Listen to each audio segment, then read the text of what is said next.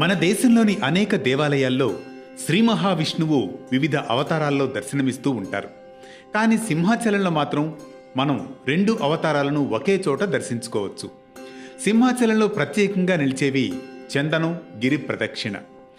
ఆషాఢ పౌర్ణమి సందర్భంగా చతుర్దశి నాడు లక్షలాది మంది భక్తులు సింహగిరి ప్రదక్షిణ చేయడం ఆనవాయితీ.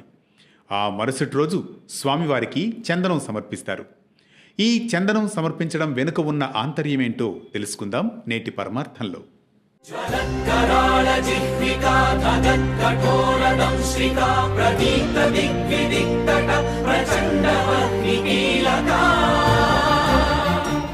శ్రీ మహావిష్ణువు హిరణ్యాక్షుణ్ణి వధించేందుకు వరాహావతారాన్ని, హిరణ్యకశ్యపుణ్ణి సంహరించేందుకు నృసింహావతారాన్ని దాల్చాడు. కశ్యప ప్రజాపతి కుమారులైన ఈ 2 సోదరుల్ని వధించేందుకు శ్రీహరి కృతయుగంలో 2 అవతారాలను వెనువెంటనే ధరించారని పురాణాలు విశ్లేషిస్తున్నాయి. హిరణ్యాక్షుణ్ణి వధించి వరాహావతారాన్ని విరమించేలోగా హిరణ్యకశిపుడు ప్రహ్లాదుణ్ణి సముద్రంలోకి నెట్టివేస్తాడు. తనను రక్షించమని ప్రహ్లాదుడు పిలవడంతో స్వామివారు తొందరలో వరాహ రూపం వదలకుండానే నృసింహుడిగా ప్రత్యక్షమవుతాడు. దీంతో అదే రూపంలో వరాహ నృసింహుడిగా సింహాచలం కొండపై కొలువయ్యాడు. అయితే హిరణ్యకశ్యపుణ్ణి అంతమొందించిన తర్వాత నృసింహుడు ప్రళయ భీకరంగా జ్వాలామాలికలతో కనిపించేసరికి సమస్త సృష్టి భయపడింది.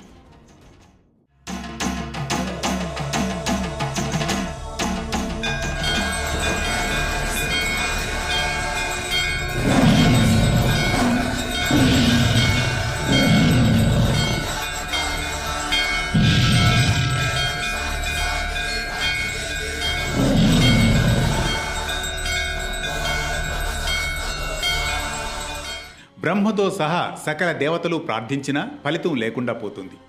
అప్పుడు బ్రహ్మకు గతంలో తాను చందన వృక్షానికి ఉగ్రత, ఉష్ణం, తాపం నివారించే శక్తిని వరంగా అనుగ్రహించిన విషయం గుర్తుకు వస్తుంది. అదే విషయం ప్రహ్లాదుడికి చెప్పి చందనంతో స్వామి ఉగ్రత్వాన్ని తగ్గించమని సూచించాడు. ప్రహ్లాదుడు చేసిన చందన సేవ వల్ల ఆ వరాహ నరసింహస్వామి శాంతించి ప్రహ్లాదుణ్ణి వరం కోరుకోమంటాడు. సింహాచలం కొండ మీద సదా కొలువుదీరమని ప్రహ్లాదుడు వరం కోరుకున్నాడు. బ్రహ్మాండ పురాణం ప్రకారం పాహి శ్రీమన్నారాయణ అని ప్రహ్లాదుడు పిలవగానే గరుత్మంతుడిపై నుండి ఒక్క ఉదుటున కిందకు దూకడంతో స్వామి దివ్య చరణాలు పాతాళంలోకి దిగబడ్డాయి. అందుకే సింహాచలంలో వరాహ నారసింహుడి పాదదర్శనం భక్తులకు లభించదు.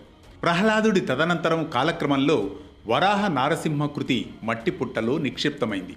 కొన్ని వేల ఏళ్ల తర్వాత పురూరవ చక్రవర్తికి వరాహ నరసింహస్వామి కలలో కనిపించి తన ఉనికి తెలియజేశాడు. వైశాఖ శుద్ధ తదియనాడు సింహాచలం కొండపై వరాహ నృసింహుడి విగ్రహం బయటపడింది. అప్పుడు పురూరవుడు స్వామివారిని చందనంతో అలంకరించాడు. అప్పటి నుంచి ప్రతి ఏటా వైశాఖ శుద్ధ తదియ రోజున శ్రీ వరాహ లక్ష్మీ నృసింహస్వామి భక్తులకు నిజరూప దర్శనం ఇస్తారు.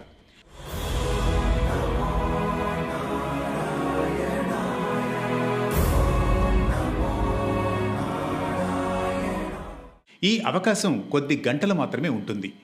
ఈ సమయంలో లక్షల మంది భక్తులు స్వామివారిని దర్శించుకొని చందనాన్ని ప్రసాదంగా స్వీకరిస్తారు. పూజా కార్యక్రమాలు పూర్తయ్యాక స్వామివారికి తిరిగి చందనం లేపనం చేయడంతో శివలింగాకారుడిగా దర్శనమివ్వడం అద్వైత దర్శనానికి ప్రతీక.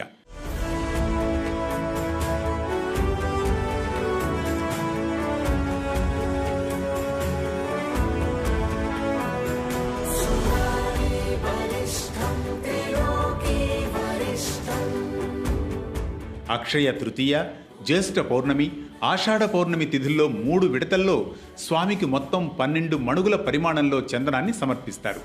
స్వామివారు శాంతమూర్తిగా ఉంటేనే అంతా చల్లగా ఉంటామని భక్తుల విశ్వాసం. మరో విశిష్ట కథనంతో మళ్ళీ కలుసుకుందాం పరమార్థంలో.